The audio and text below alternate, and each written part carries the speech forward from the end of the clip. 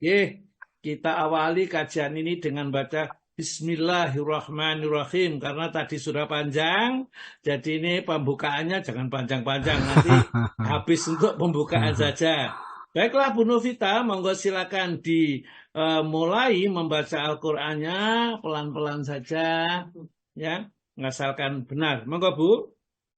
Inggih Ustaz. Assalamualaikum warahmatullahi wabarakatuh. Waalaikumsalam warahmatullahi wabarakatuh. Warahmatullahi wabarakatuh. A'udzu billahi minasyaitonir rajim. Bismillahirrahmanirrahim. Qad nara taqalluba wajhika fis sama'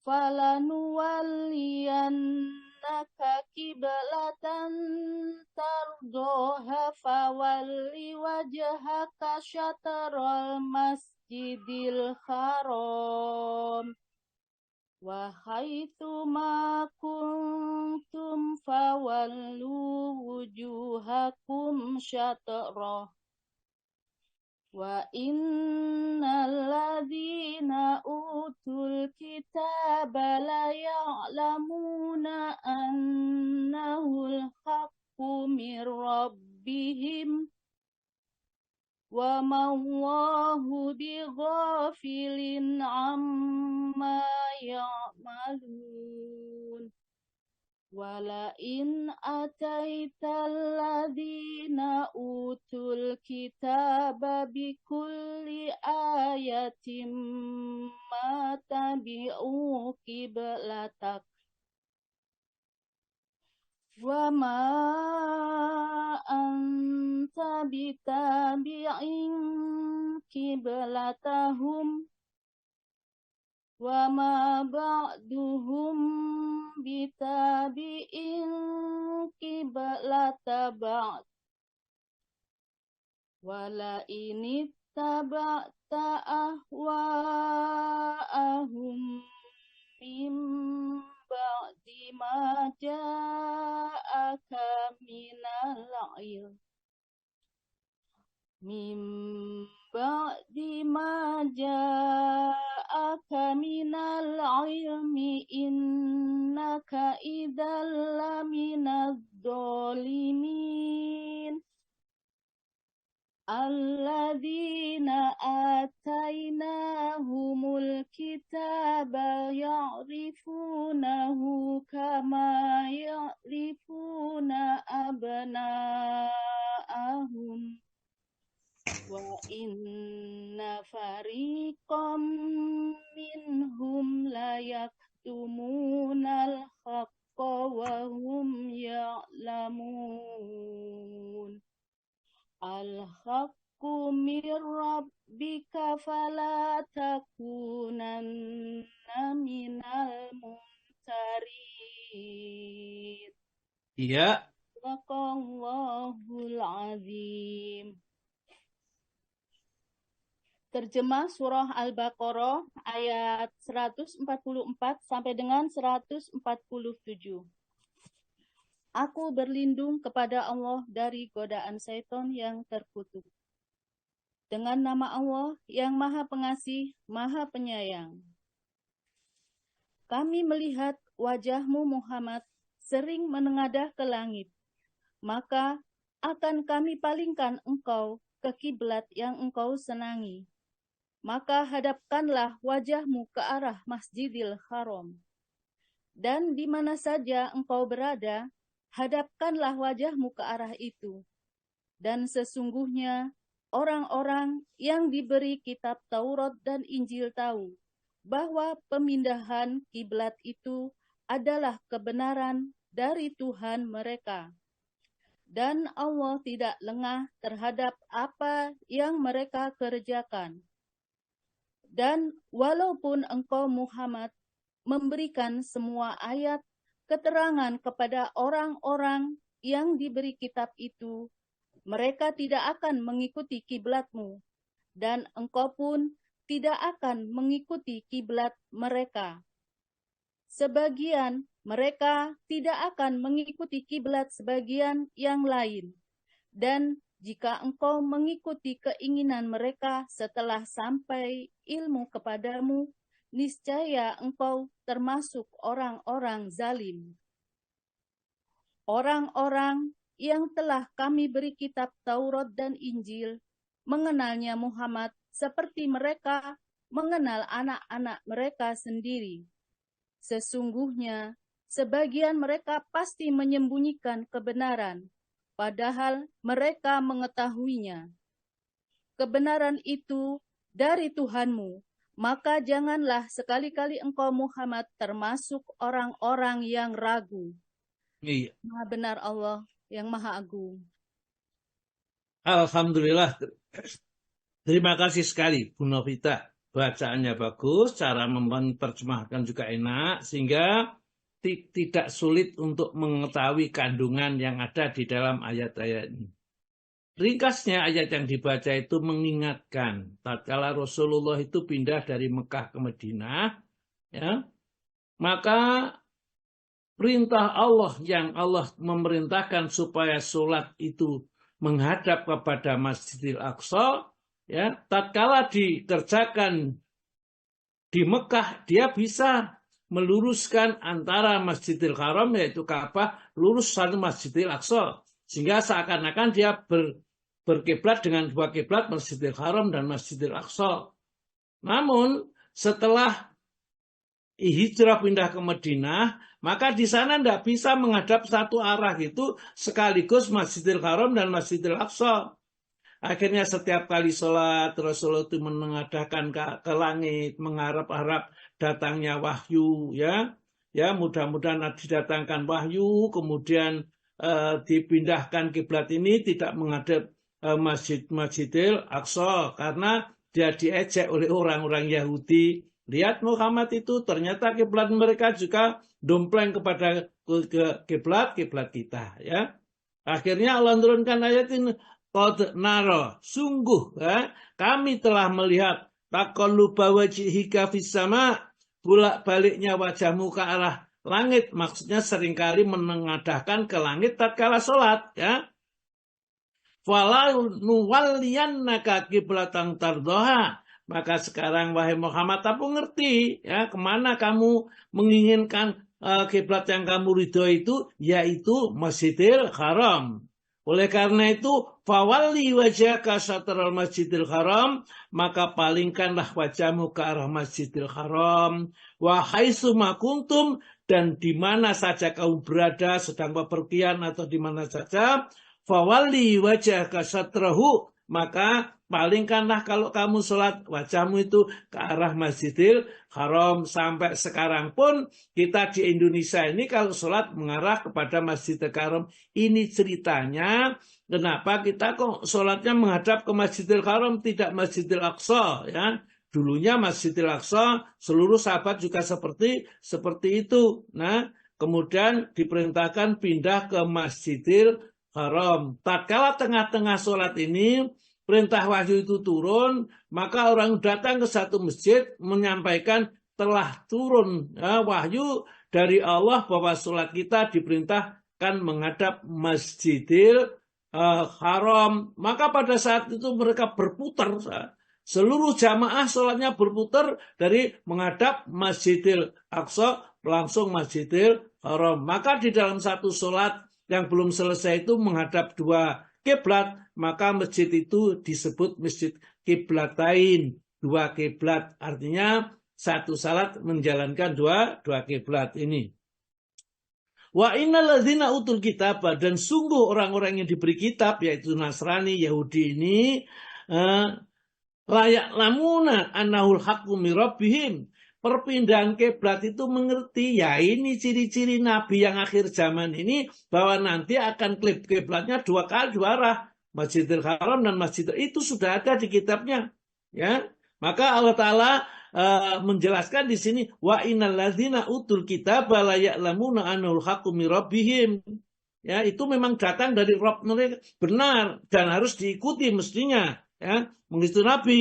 Wa mallahu bighafilin amma ya'malun, maka Allah tidak akan lalengah siapa yang manut Nabi, siapa yang tidak manut tatkala perpindahan kiblat itu.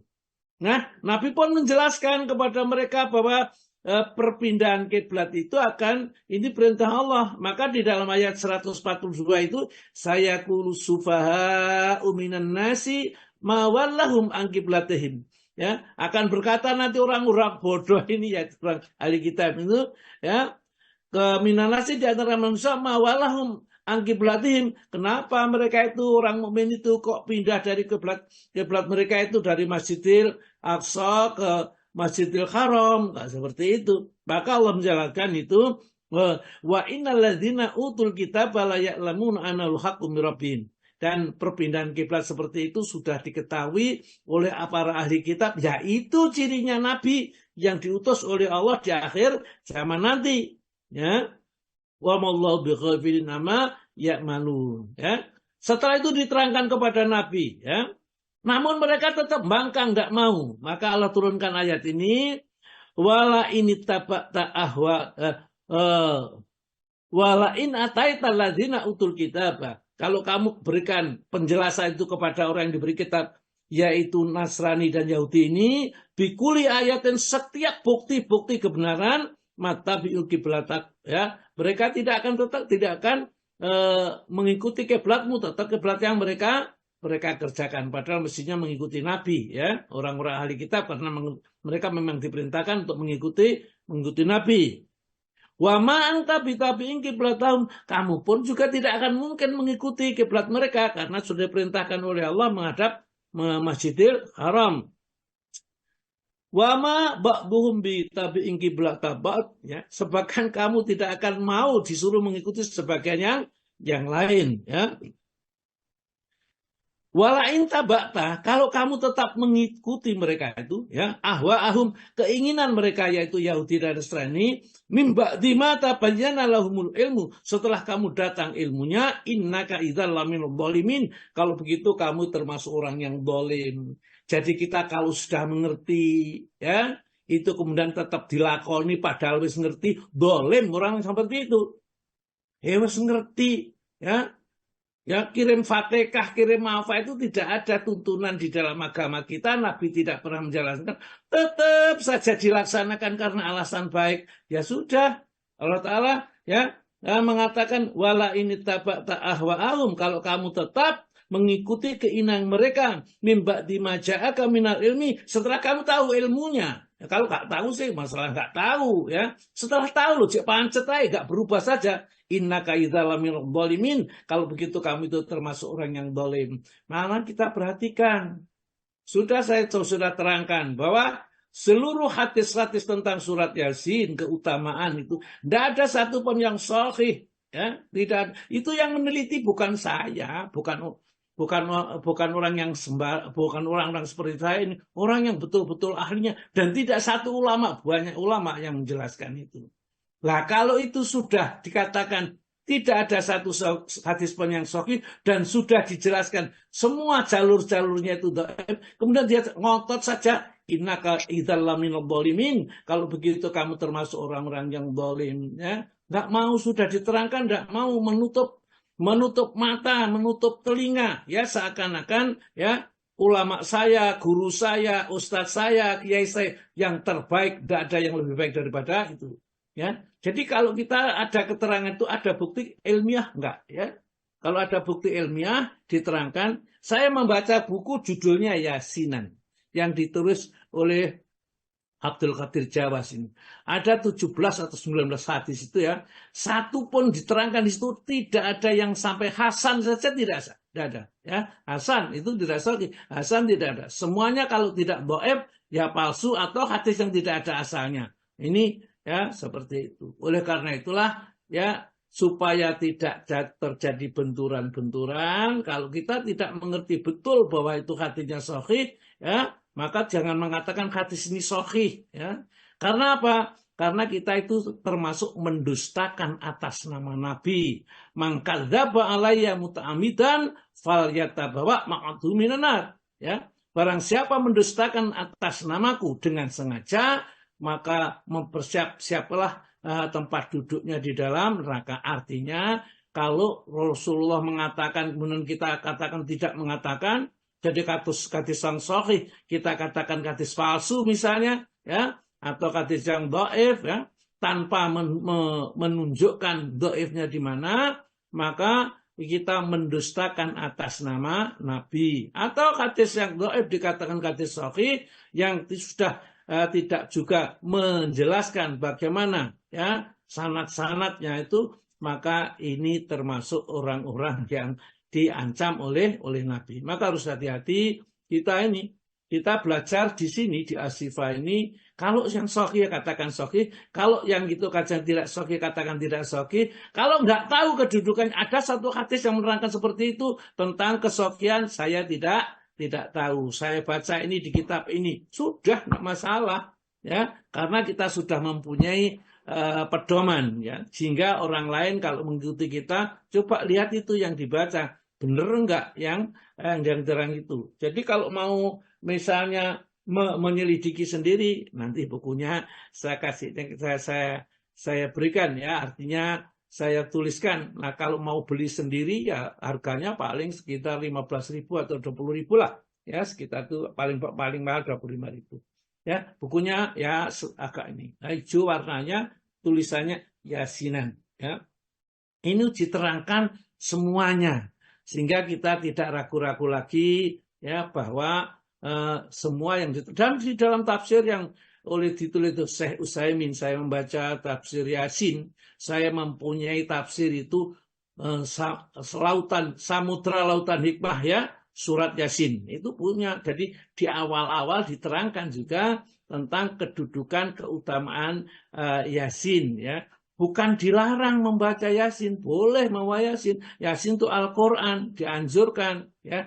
Tetapi berkeyakinan seperti keyakinan yang tidak dijelaskan oleh Nabi, maka kalau tidak ada itu dalil yang sahih, sebaiknya tidak kita masukkan keyakinan itu mau membaca setiap malam Jum'ah, malam Kamis, malam Rabu, apa saja. Ya tidak ada masalahnya karena Yasin termasuk Al-Quranul Karim, ya. Tapi kemudian untuk ini kalau tidak ada keterangan dari Nabi, sudahlah itu kita tinggalkan, ya.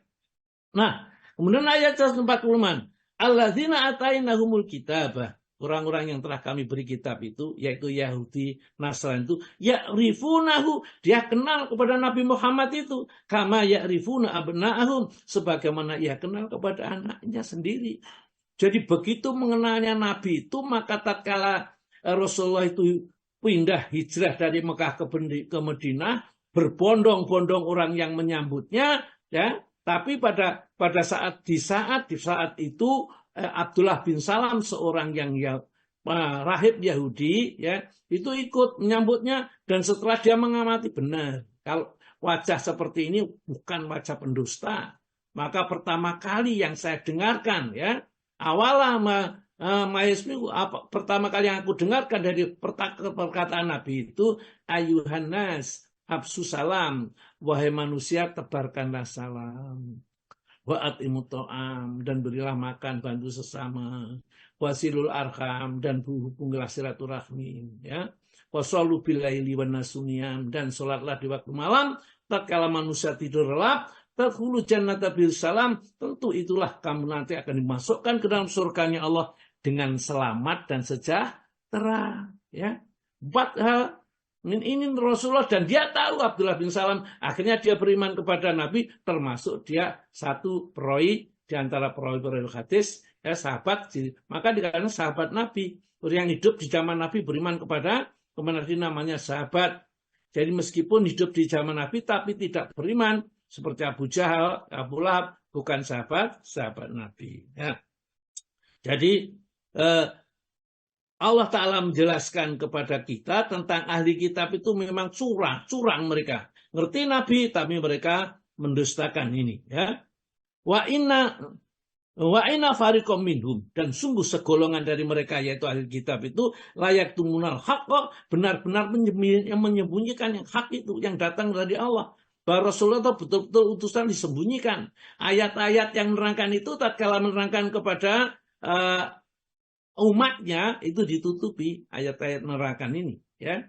Jadi kemudian alasannya mereka kenapa seperti itu, nggak apa-apa. Ini nanti paling-paling toh kalau dimasukkan neraka nggak lama paling banter 40 hari selama dia menyembah anak sapi itu, ya. Jadi orang-orang ahli kitab ya Yahudi Nasrani itu memang dusta kayak begitu. Maka orang yang beriman sudah asal mu'alaf jadi orang mukmin itu tidak mungkin kembali kalau mereka menggunakan akal dan imannya tentang Al-Quran ini, ya, nggak mungkin kembali kepada agama yang lama. Orang yang kembali atau orang murtad itu bodoh pasti, ya, orang yang tidak ngerti apa-apa, jahil, ya, jahil murokab istilahnya. Jahil murokab itu jahil bodoh kuadrat, ya, nemen bodohnya karena mereka itu sudah diterangkan dengan cukup jelas, tapi dia tetap menolak. Maka dikatakan al-haqqu min rabbika, yang hak, yang benar itu yang datang dari Rabbmu, ya. Itu semua yang benar. Kalau yang datang bukan dari Rabb, termasuk yang dari Rasulullah itu benar. Al-haqqu min rabbika fala takunanna minal mumtarin, maka jangan kamu termasuk orang yang ragu-ragu menerima kebenaran Islam itu. Jadi Islam sudah kita terima, Masya Allah, orang yang mencari Islam, mencari kebenaran. Itu kalau saya baca itu orang-orang baik orang-orang yang orang Amerika atau orang-orang yang lain itu mencari itu, Masya Allah, dalam kesedihan dan kegunaan. Sampai dia minta kepada Allah, tunjukkan ya Allah yang benar ini. Ya, akhirnya dia ditunjukkan oleh Allah menjadi seorang Muslim. Gembiranya itu tidak bisa dibeli dengan kekayaan apapun yang ditawarkan kepada dirinya. Itulah itu Allah dibukakan oleh Allah di dalam dirinya itu cahaya Islam, ya. Al-haqqu min rabbika fala takunanna minal mumtarin, yang kebenaran yang datang dari Rabbmu, semua yang dari Al-Qur'an itu la raiba fihi. La raiba, tidak ada kegagalan fihi di dalamnya. Di dalam Al-Quran itu hudalil mutakin, akan menjadi pedoman, arah, kompasnya orang-orang yang ingin menjadi orang yang bertakwa kepada Allah Subhanahu wa Ta'ala. Maka jangan ragu-ragu kita punya Al-Quran. Tidak ada kitab di dunia, bahkan ada seorang pendeta ini tatkala ditanya oleh jamaatnya, ya, yang jemaatnya itu meragukan kitab, kok ini menerangkan ini, di kitab lain, di ayat lain, di bab lain menerangkan yang bertentangan, bagaimana sih itu Pak Pendeta, kok saya sampai seperti ini kitab suci apa yang seperti ini? Ya memang, ya, kitab ini diterjemahkan oleh orang-orang yang datang latar belakangnya bermacam-macam, tingkat kecerdasannya yang tidak sama. Oleh karena itu terjadi perbedaan. Kalau kamu ingin tahu kita yang sebaik-baiknya murni 100% itu dari Tuhan, dari Allah gitu, dari Allah, itu hanya di Islam. Kamu lihat di Islam, itu pendeta yang biar gitu tuh. Dia tahu bahwa itu benar, ya, maka disebutkan di sini dia mengerti kebenaran itu, tapi dia menolak kebenaran. Layak tumunal haqqa, sungguh mereka menyembunyikan kebenaran itu, wahum ya'lamun, padahal mereka itu mengetahui. Anak celakanya. Maka besok celakalah, ya. Ini maka kalau kita sholat itu ihdinas siratal mustaqim siratal ladzina an'amta alaihim, ya. Yaitu jalannya yang telah engkau beri nikmat mereka itu. Ghairil maghdub, bukan orang yang dimurkai. Ya, orang Yahudi itu yang dimurkai. Wal dhalin, dan bukan orang yang sesat. Siapa yang sesat? Orang Nasrani sesat, ngawur. Ya, masa Nabi Isa diangkat jadi Tuhan, otaknya sudah tidak bisa menerima, dipaksakan menerima. Ya, karena apa? Karena memang mereka memaksakan diri. Cobalah memakai logika yang benar, yang lurus, hati nurani yang jernih, pasti ya mereka akan dibukakan oleh Allah, ya, dengan petunjuk yang benar. Saya tidak mengundang orang-orangnya sendiri itu, ya, kenapa kok nggak menggunakan afala ta'qilun, afala tatadakkarun, afala tadabbarun, ya, itu semua disebutkan kita sebagai umat Islam ini. Baiklah, ya, ini apa yang diterangkan oleh Allah dalam Al-Quran. Baik, kita lanjutkan tentang organisasi tauhid ini. Karena tauhid itu penting sekali. Jadi Rasulullah itu diutus di muka bumi itu untuk menjelaskan tentang siapa Tuhan itu, bagaimana mengerjakan ibadah kepada Tuhan yang sah itu, ya, maka perlu tuntunan contoh yang benar, yang cerdas, ya, tabligh amanah fatonah, ya itu kan itu diperlukan orang-orang yang khusus seperti itu. Nah, kita lanjut kepada keutamaan tauhid dulu. Itu belum ya Pak Tomo ya, keutamaan tauhid itu. Kemarin itu sampai keutamaan tauhid Ustaz. Ya, masuknya ke sana ya sekarang ya. Iya, sekarang. Ya. Cuma Ustaz langsung ke B. Yang keutamaan tauhid masih belum. Ya, monggo Pak Tomo dibaca dulu. Ya Ustaz. Bismillah. Keutamaan tauhid. Allah Azza wa Jalla berfirman dalam surat Al-An'am ayat 82 yang artinya orang-orang yang beriman dan tidak mencampur adukkan iman mereka dengan kedoliman atau syirik, mereka itulah orang-orang yang mendapat keamanan dan mereka itulah orang-orang yang mendapat petunjuk. Bagaimana? Luar biasanya Allah janji kepada siapapun di antara kita, ya. Alladzina orang-orang yang amanu mereka beriman dulu, ya. Walam yalbisu dan tidak mencampur adukkan, mengkotori, menodai imanahum iman mereka bizulmin dengan kesirikan. Iman yang murni tidak ada siriknya, tidak ada kepercayaan kepada dukun, tukang ramal, orang pintar, ya, segala macam. Keimanannya hanya kepada Allah. Maka dari tatkala diterangkan ini datang dari Allah langsung. Wa idza dzukirallahu wajilat qulubuhum. Tatkala disebut tentang Allah, gemetarlah hatinya. Jadi alladzina amanu walam yalbisu iman bidzulmin ulaika lahumul amnu, mereka itu termasuk orang-orang yang dijamin keamanannya. Aman tatkala ruhnya dicabut oleh malaikat maut, ya, malaikat Israil, malaikat maut. Aman tatkala masuk ke dalam liang lahat, didatangi malaikat Munkar dan Nakir, ya. Kemudian aman tatkala dibangkitkan dari dalam kubur, dari kiamat tatkala ditiup sangkakala, kemudian dibawa ke padang mahsyar. Aman tatkala dihisab, ya, hisaban yasiro, dihisab dengan hisab yang mudah, ya. Aman tatkala disuruh melintas di atas sirat yang tidak akan tergelincir ke dalam sirat. Itulah orang yang bertauhid, ya. Maka dari itu dakwah Nabi semua itu tauhid dulu kan. Kita hidup dengan tauhid, mati dengan tauhid. Hidup dengan memperjuangkan kalimat la ilaha illallah, ya, mati dengan membawa kalimat la ilaha illallah ini, ya. Maka ini laumul amnu wa hum muhtadun, dan dia mendapat petunjuk. Jadi kalau orang bertauhid dibimbing sama Allah Ta'ala, jadi tidak akan tersesat jalannya. Karena yang membimbing langsung Allah Subhanahu Wa Ta'ala. Hanya di sini para sahabat itu keberatan dengan kalimat apa? Bidzulmin, ya. Dengan kedoliman. Kedoliman itu orang yang tidak pernah berbuat aniaya kepada orang lain, orang yang menempatkan sesuatu perkara tidak pada tempatnya, itu namanya dolim.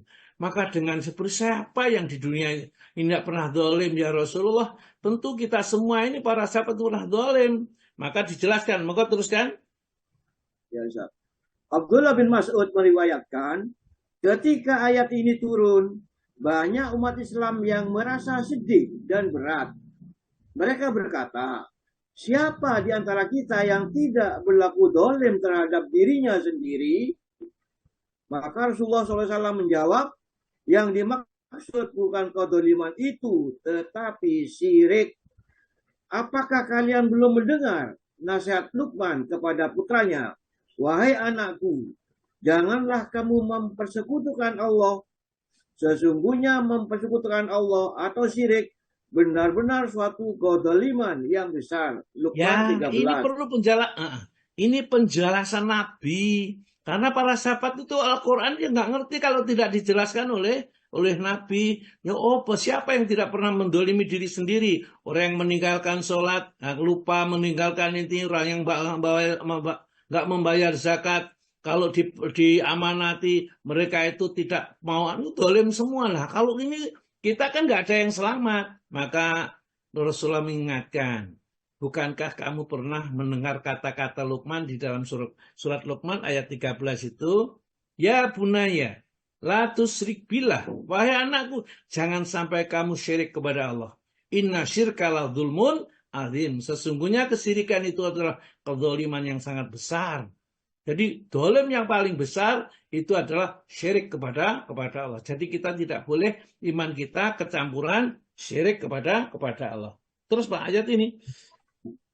Ayat ini memberi kabar gembira kepada orang-orang yang beriman, yang mengesahkan Allah, yang tidak mencampur adukan antara keimanan dengan syirik, serta menjauhi segala bentuk perbuatan syirik. Sungguh mereka akan mendapatkan keamanan yang sempurna dari siksaan Allah di akhirat kelak. Mereka itulah orang-orang yang mendapat petunjuk di dunia. Ya, jadi kadang-kadang saya dengarkan debatnya orang-orang itu, orang Nasrani dan orang Islam itu, apa Nabi Muhammad itu, ya, belum ada jaminan keselamatan meskipun ini. Lain dengan ya ini Tuhan Yesus ini, mereka siapa yang mengatakan aku akan selamat hidup kekal di dalam surga, ya katanya seperti itu, ya. Kalau Muhammad nggak ada yang tidak menjamin apa-apa. Padahal Rasulullah itu mereka nggak tahu siapa yang pernah mengucapkan la ilaha illallah, punya iman meskipun sebiji sawi, besok dicari dimasukkan surga semuanya. Kalau orang kafir tidak ada yang dimasukkan surga semua. Semuanya masuk surga imannya, meskipun sedikit gak pernah berbuat baik, ya barangkali pernah mengucapkan kalimat la ilaha illallah tatkala nikah saja, ya. Allah Ta'ala ini maha pengasih dan maha penyayang. Itulah keutamaan tauhid. Tapi ya jangan mengandalkan kemurahan Allah nanti akhir-akhir masuk surga, jangan. Kalau bisa nggak usah lewat neraka, langsung masuk surga. Karena ada orang-orang yang bertauhid kepada Allah itu masuk surga tanpa lewat api neraka. Oleh karena itu B, monggo Pak, tauhid mengantar. B. Tauhid adalah pengantar kebahagiaan dan pelebur dosa. Dalam kitab Dalil Al-Muslim Al-I'tiqad wa At-Tahrir karya Syekh Abdullah Haddad dijelaskan, seseorang dengan kemanusiaan dan ketidaksamahunannya kemungkinan terpeleset atau terjerumus dalam maksiat kepada Allah. Ketidakmaksumannya ya Pak? Iya, kemaksumannya. Jadi ada footnote-nya, maksum adalah maksudnya terlepas dari dosa. Ya. Terus Pak? Jika dia seorang ahli tauhid yang murni dari noda-noda syirik, maka tauhidnya kepada Allah, keikhlasannya dalam mengucapkan la ilaha illallah menjadi faktor utama bagi kebahagiaannya dan menjadi penyebab bagi penghapusan dosa-dosa dan kesalahannya, sebagaimana dijelaskan dalam sabda Rasulullah Shallallahu Alaihi Wasallam, barang siapa bersaksi bahwa tidak ada Tuhan yang berhak disembah selain Allah semata, tiada sekutu baginya, dan Muhammad adalah hamba dan utusannya, dan bahwasanya Isa adalah hamba Allah dan utusannya, kalimatnya yang disampaikan kepada Maryam serta ruh darinya, dan bersaksi pula bahwa surga adalah benar adanya dan neraka pun adalah benar adanya, maka Allah pasti memasukkannya ke dalam surga sesuai dengan amal perbuatannya. Ya, perhatikan mudahnya itu. Man syahidah, barang siapa bersaksi alla ilaha illallah, bahwa tidak ada ilah kecuali Allah, ya, tidak ada sesembahan yang berhak diibadahi benar kecuali Allah. Atau la ilaha illallah, bukan Tuhan selain Allah, ya, bukan Tuhan selain Allah itu. La ilaha illallah, ya, tidak ada yang diibadahi yang benar kecuali Allah, ya. Wahdahu, yang esa, la syarika lahu, tidak ada sekutu baginya. Wa anna Muhammadan abduhu wa rasuluh, dan bersaksi pula bahwa Nabi Muhammad itu hamba dan utusannya, ya, bukan diangkat sebagai Tuhan atau anak Tuhan, bukan, ya. Wa anna, dan sesungguhnya Isa Abdullah wa rasuluh, ya, sesungguhnya Nabi Isa itu juga hamba dan utusannya, bukan anaknya Allah. Wa kalimatu, ya, wa kalimatuhu, dan kalimatnya alqahu, yang dimasukkan, ya, diletakkan ila Maryam, kepada Maryam, yaitu rohnya Nabi Isa itu, ya. Wa ruhu minhu, dan rohnya berasal darinya, dari Allah itu. Memang Nabi Isa alaihissalam itu tatkala mengandung di perut seorang wanita yang suci yaitu Maryam, itu kehendak Allah, ya, itu takdir dari Allah. Wal jannatul haq, dan mengakui bahwa benar surga pasti ada. Nanti orang yang beramal baik akan dimasukkan surga. Wan naru hakun, ya, demikian juga neraka ada, ya, pasti benarnya. Dan orang yang jahat itulah yang akan dimasukkan dalam neraka. Adkhalahul jannata, maka Allah akan memasukkannya ke dalam surga ala makana minal amal, bagaimanapun amalnya, ya, apapun amalnya sudah, mungkin dosa, mungkin ini, ya. Maka dari itu besok tatkala penghisapan ada seseorang yang mempunyai dosa yang banyak atau amal buruk yang banyak, kemudian ditanya oleh Allah, mana amalmu? Tidak ada lagi. Tidak ada, ya Allah, dan dia sudah berputus asa, ya. Mana sini dirimbang, mana ada lagi? Hanya satu, ya Allah, itu satu kalimat la ilaha illallah kok belum dimasukkan. Tiba-tiba satu kalimat la ilaha illallah yang dimasukkan anak timbangan sebelahnya langsung, ya, maka menjadi berat sekali, dan akhirnya amal kebaikannya itulah yang menjadi berat amal timbangannya, dan dia akhirnya masuk ke dalam surga. Maka dari itu jangan remehkan kalimat la ilaha illallah, ya, tetapi bacalah dengan yang benar. Jangan la ilaha illallah, jangan. La ilaha illallah, la-nya panjang, jangan la-nya pendek. Terus Pak, maksudnya? Maksudnya, segenap persaksian yang dilakukan oleh seorang muslim, sebagaimana tercantum dalam hadis yang di atas, mewajibkan dirinya untuk masuk surga, tempat segala kenikmatan, sekalipun dalam sebagian awal perbuatannya terdapat dosa dan kemaksiatan. Hal ini sebagaimana ditegaskan dalam hadis qudsi bahwa Allah Azza wa Jalla berfirman, "Hai anak Adam atau manusia, seandainya engkau datang kepadaku dengan dosa sepenuh bumi, sedangkan engkau ketika menemuiku dalam keadaan tidak menyekutukanku dengan sesuatu pun, niscaya aku berikan kepadamu ampunan sepenuh bumi pula." Ya, ya, itulah janjinya Allah. Langsung lanjutkan, terusnya atur. Maknanya, seandainya engkau datang kepadaku dengan dosa dan kemaksiatan yang banyaknya hampir sepenuh bumi, tetapi engkau meninggal dalam keadaan bertauhid, niscaya aku ampuni segala dosa-dosamu itu. Dalam hadis yang lain disebutkan, barang siapa meninggal dunia dalam keadaan tidak berbuat syirik kepada Allah sedikit pun, niscaya ia masuk surga. Dan barang siapa meninggal dunia dalam keadaan berbuat syirik kepada Allah, niscaya ia masuk neraka. Hadis riwayat Muslim. Terus hadis di atas menegaskan tentang keutamaan tauhid. Tauhid merupakan faktor terpenting bagi sebagian orang atau seorang hamba.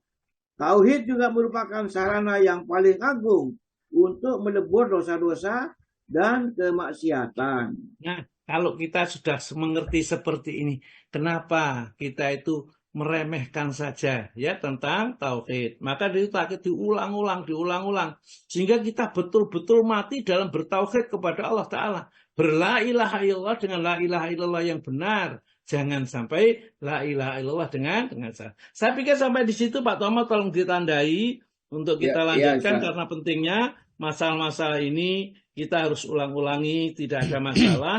Karena memang agama itu ya harus diterangkan berulang kali. Oke, monggo Pak Alwi. Matur nuwun.